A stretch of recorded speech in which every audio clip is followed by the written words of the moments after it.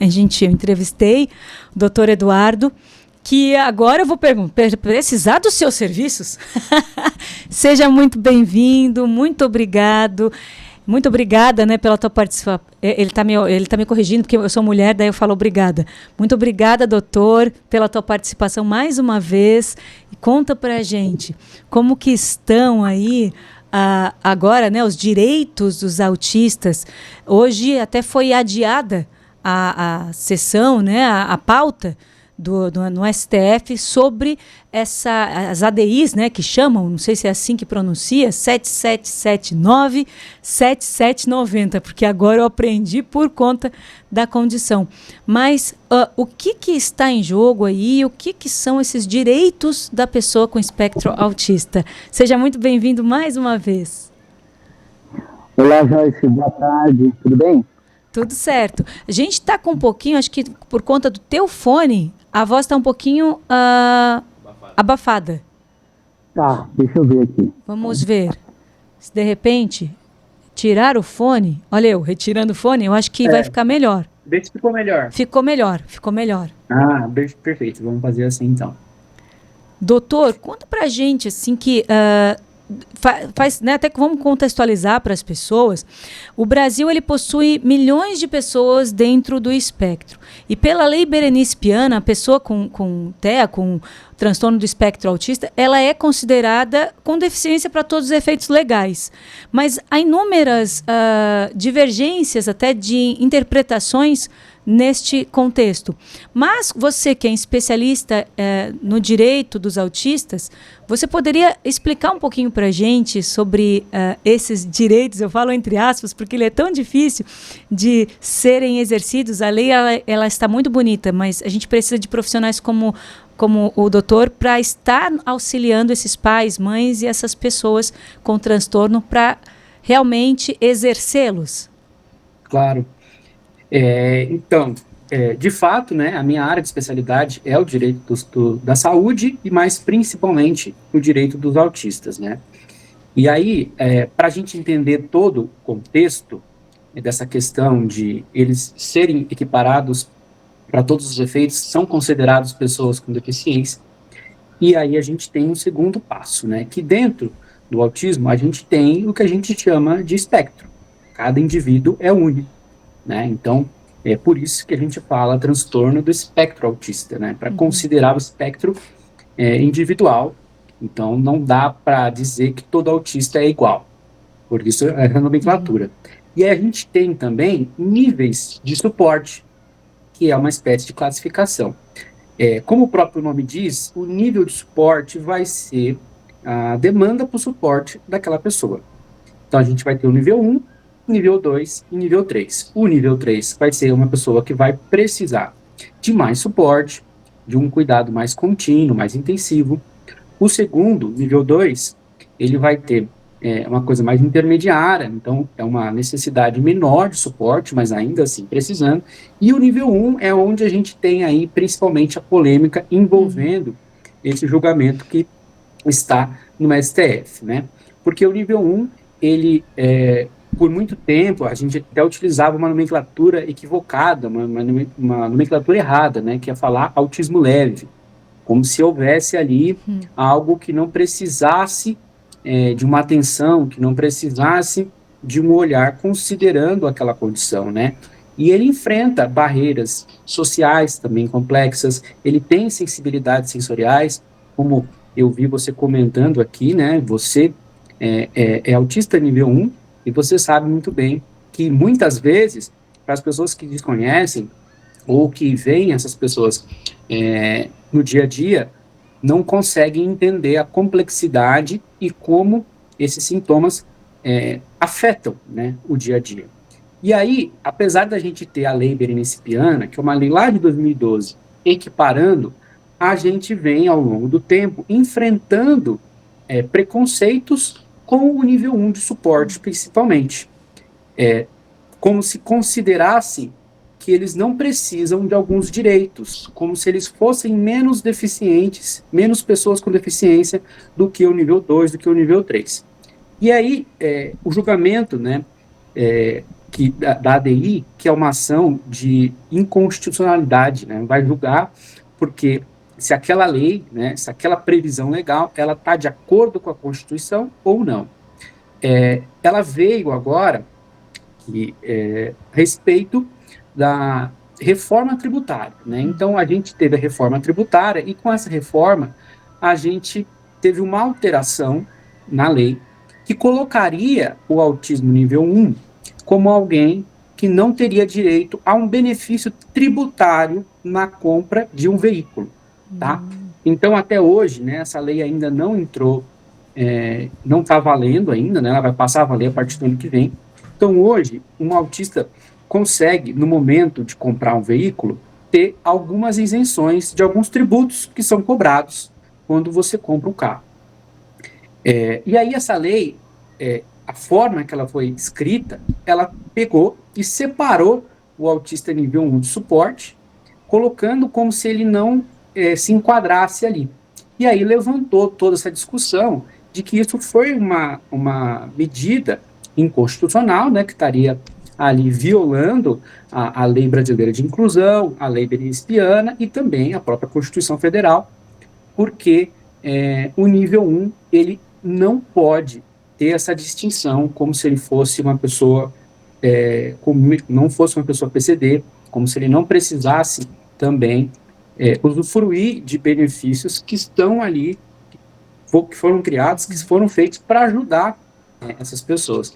E aí isso foi levado ao STF, né, que é o responsável por discutir questões constitucionais, para que ele avalie se de fato, né, é uma espécie de preconceito, se é um retrocesso, se é um prejuízo, se é uma violação da Constituição, essa reforma tributária tirar do nível 1 de suporte o direito de não ter que pagar alguns tributos quando forem comprar um carro.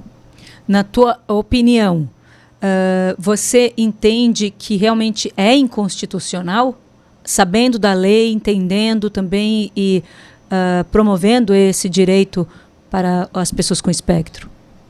Eu acho que é uma espécie de retrocesso, porque o espectro ele é muito amplo.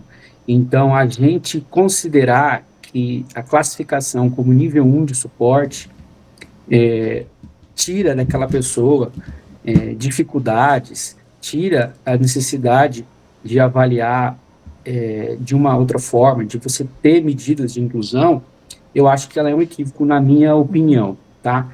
E eu acho que isso pode abrir, né, uma espécie de precedente para que outras políticas públicas, para que outras medidas tomem o mesmo caminho de você fazer essa segregação, essa separação, tá? Então, hoje, a separação por nível de suporte, ela é importante, mas ela não pode olhar para uma pessoa como se ela fosse diferente da outra dentro do espectro, eu quero dizer, né? Então, eu acho que não cabe à legislação fazer essa distinção, porque é um universo muito amplo, as dificuldades, elas vão variar, e esse critério, né, e aí eu falo como advogado, não falo como médico, né, que poderá ter uma abordagem mais específica e mais correta, mas esse critério, ele serve para você visualizar, de uma certa forma, como aquela pessoa está. Lembrando que, por exemplo, eu trabalho muito com crianças, né? E a gente, quando busca o tratamento para essas crianças que tiveram o direito ao tratamento negado, seja pelo Estado, ou com o SUS, ou seja, com as operadoras, que muitas vezes, infelizmente, negam, a gente visualiza que uma criança nível 3, com o tratamento, com o tempo, muitas vezes torna-se nível 2, torna-se nível 1. Isso não significa que ela deixa de ser uma pessoa com deficiência, que ela deixa de ser uma pessoa autista. O autismo, ele é uma condição, né? Ele não é uma doença, e, portanto, ele não tem cura. Isso vai trazer necessidades específicas para o resto da vida daquela pessoa. Então, você dizer que o sujeito que hoje está no nível 3 de suporte, ou que está no nível 2, quando ele evoluir, quando ele evoluir no seu tratamento, né, quando ele tiver as intervenções e com o tempo ele for desenvolvendo e melhorando as suas dificuldades, as suas deficiências, que ele vai passar a não ter mais direito, eu acho que é uma visão muito simples de uma coisa muito mais complexa. Eu acho que acaba sendo um retrocesso, acaba sendo uma discriminação.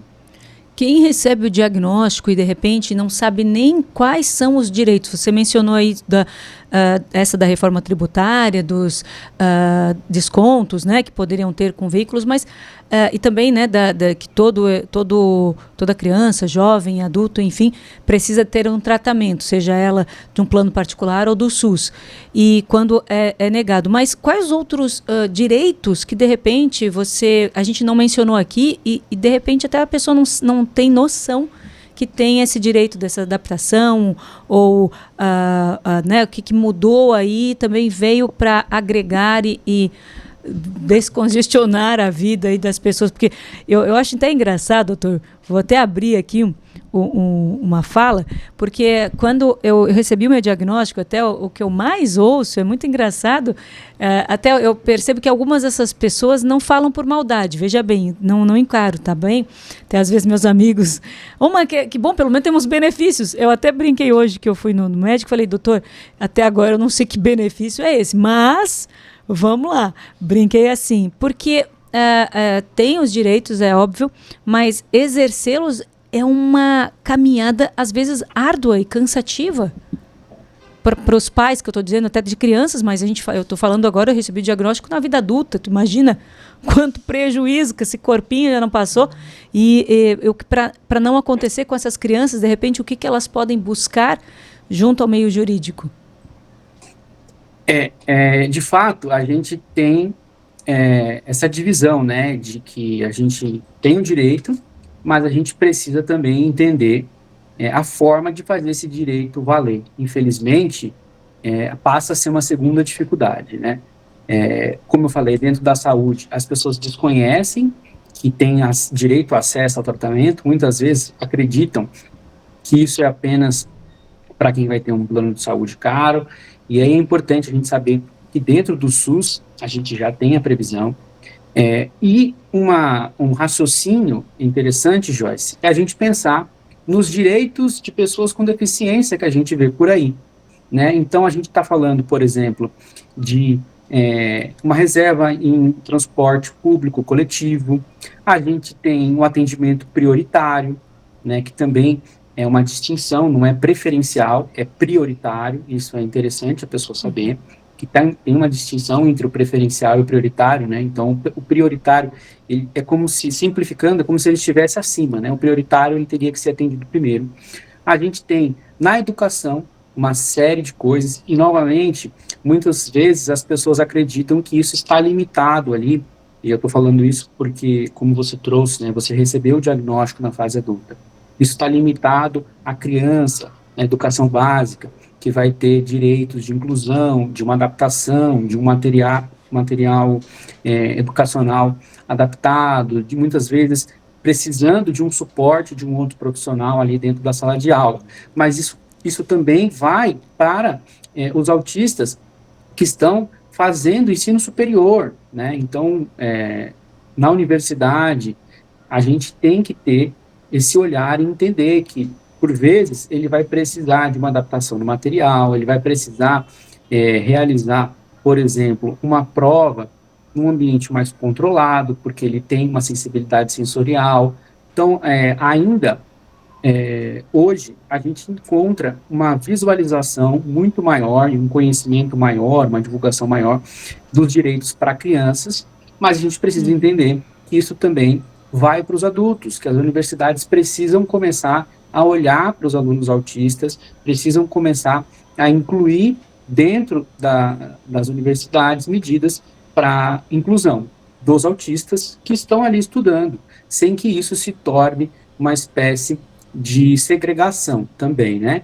E o mercado de trabalho, né? Novamente, se você pensa e entende que todo autista, para todos os efeitos, é uma pessoa com deficiência, ele tem direito ao acesso ao mercado de trabalho por meio de vagas, e existem as cotas das empresas, a depender do tamanho da empresa, obrigatoriamente aquela empresa vai ter que ter uma cota para pessoas com deficiência. Você tem a aposentadoria para a pessoa com deficiência de uma modalidade diferente, então ela vai ter um prazo diferente, um cálculo diferente.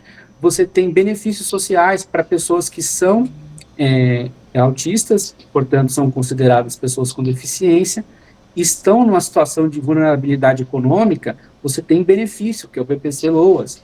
Então você vai considerar que aquela família que está ali recebendo um valor, ou sobrevive, né, a renda familiar tem um valor específico, né, de acordo com o salário mínimo, é 1/4 do salário mínimo por pessoa, ela vai ter direito a receber também um benefício por ser autista e estar numa condição econômica vulnerável.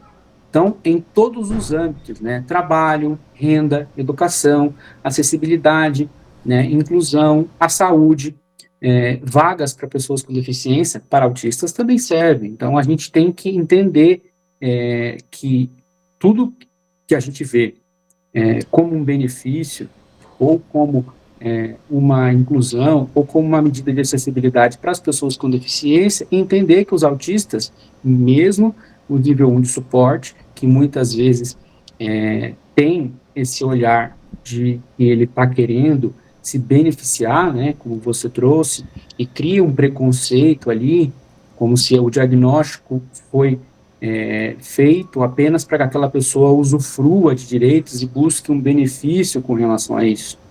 Eu até me lembrei de um cliente que tivemos no escritório, em que aqui no Tribunal de Justiça do Estado de São Paulo, do Sul de São Paulo, as pessoas com deficiência, muitas vezes, passaram num concurso, né, os concursos públicos deles também vão ter ali uma cota para as pessoas com deficiência, portanto, para as pessoas autistas. Então, dentro desses órgãos públicos, muitas vezes existem políticas para garantir a acessibilidade. Então, hoje, um servidor do Tribunal de Justiça do Estado de São Paulo, ele pode pleitear, trabalhar de maneira remota, né, uma espécie de home office, que a gente fala que é o teletrabalho. Por que isso é importante, né? Porque muitos vão ter uma dificuldade de estar em um ambiente de atendimento ao público, num ambiente muito movimentado, com muito estímulo, com barulho, às vezes com uma iluminação. Não dá para a gente prever qual é a necessidade que aquela pessoa vai ter, por isso o termo espectro é tão importante. Não há uma forma de você colocar numa caixa e definir. É claro que para a pessoa receber o diagnóstico, ela vai preencher alguns requisitos, mas esse nível 1, ele é uma pessoa que vai estar inserida no mercado de trabalho e ele não pode sofrer o preconceito por isso, por ele ter muitas vezes a facilidade de comunicação, que os outros níveis não têm, tão desenvolvido, a facilidade muitas vezes de socialização, isso também varia, claro, que às vezes no nível 2, no nível 3, é algo que se apresenta com uma maior dificuldade, ele não pode ter esse preconceito de se olhar para ele e dizer que ele não vai ter no mercado de trabalho essas adaptações.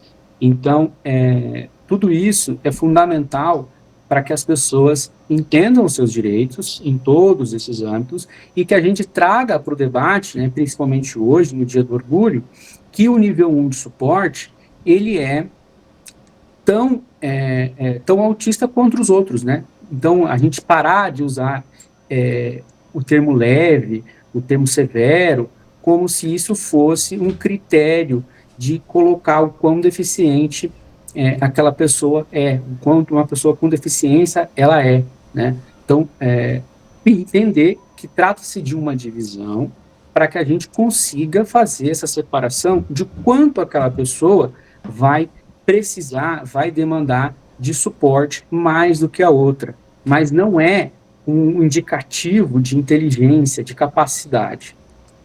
Olha, doutor, eu quero agradecer muito a tua participação, sendo um presente aqui no dia de hoje.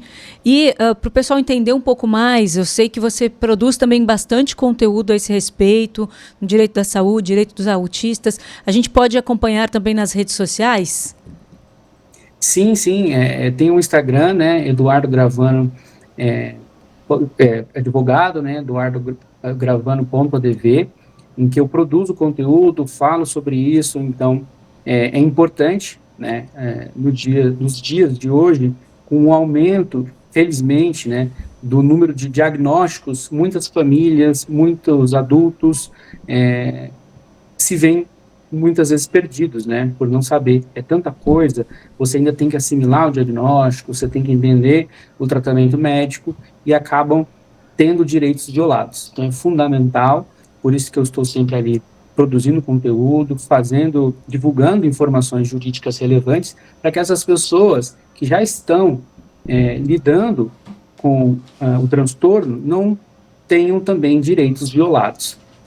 Olha, eu quero agradecer mais uma vez. Eu realmente conheci já há 3 anos atrás, agradecer por esse momento, e eu venho aprendendo bastante. Então, está sendo ótimo e difícil ao mesmo tempo. Eu até falei aqui que quando a gente recebe o diagnóstico, é difícil para todos, e não é porque eu sou adulta que não foi difícil, de N maneiras, mas pessoas como vocês, que traz o conteúdo, que traz de forma leve, que asseguram até a parte que, como você traz nos vídeos, até um acolhimento que dá para a gente entender que existe sim formas e criações aí que a gente tem direitos, e isso é importantíssimo. Muito obrigada mais uma vez, e eu gostaria que você deixasse uma mensagem para todos os nossos ouvintes, o que você poderia dizer nesse dia do orgulho, né? Qual a orientação que você poderia deixar para as famílias e também para autistas adultos? Eu agradeço também a oportunidade de vir aqui mais uma vez, né, poder falar sobre isso, principalmente num dia tão importante, né, a gente celebrando aí pela primeira vez o Dia do Orgulho. Eu acho que essas pessoas que estão nos escutando, que são autistas ou que conhecem algum autista, que tem alguém autista na família, que elas tenham orgulho de ser quem são, de ter esses parentes, de ter esses conhecidos, e que, do ponto de vista do meu trabalho, do ponto de vista jurídico, entender que a gente está com a lei, muitas vezes, do nosso lado, mas ela precisa ser exercida. Então, é fundamental a gente ter orgulho de ir atrás dos nossos direitos, não se sentir culpado, como se estivesse exigindo algo que fosse uma vantagem. Não é uma vantagem, né? É um direito, e vocês que estão ouvindo ou que se identificam podem ter orgulho de exigir, orgulho de se entender como uma pessoa autista, de ser uma pessoa autista e poder exercer esse direito sem culpa. Obrigada mais uma vez, doutor Eduardo Gravano aqui com a gente. Segue nas redes sociais, tem muito conteúdo que vão auxiliar bastante famílias por aí. Muito obrigada mais uma vez. A gente volta em breve com mais Estúdio Cidade. Fica com a gente.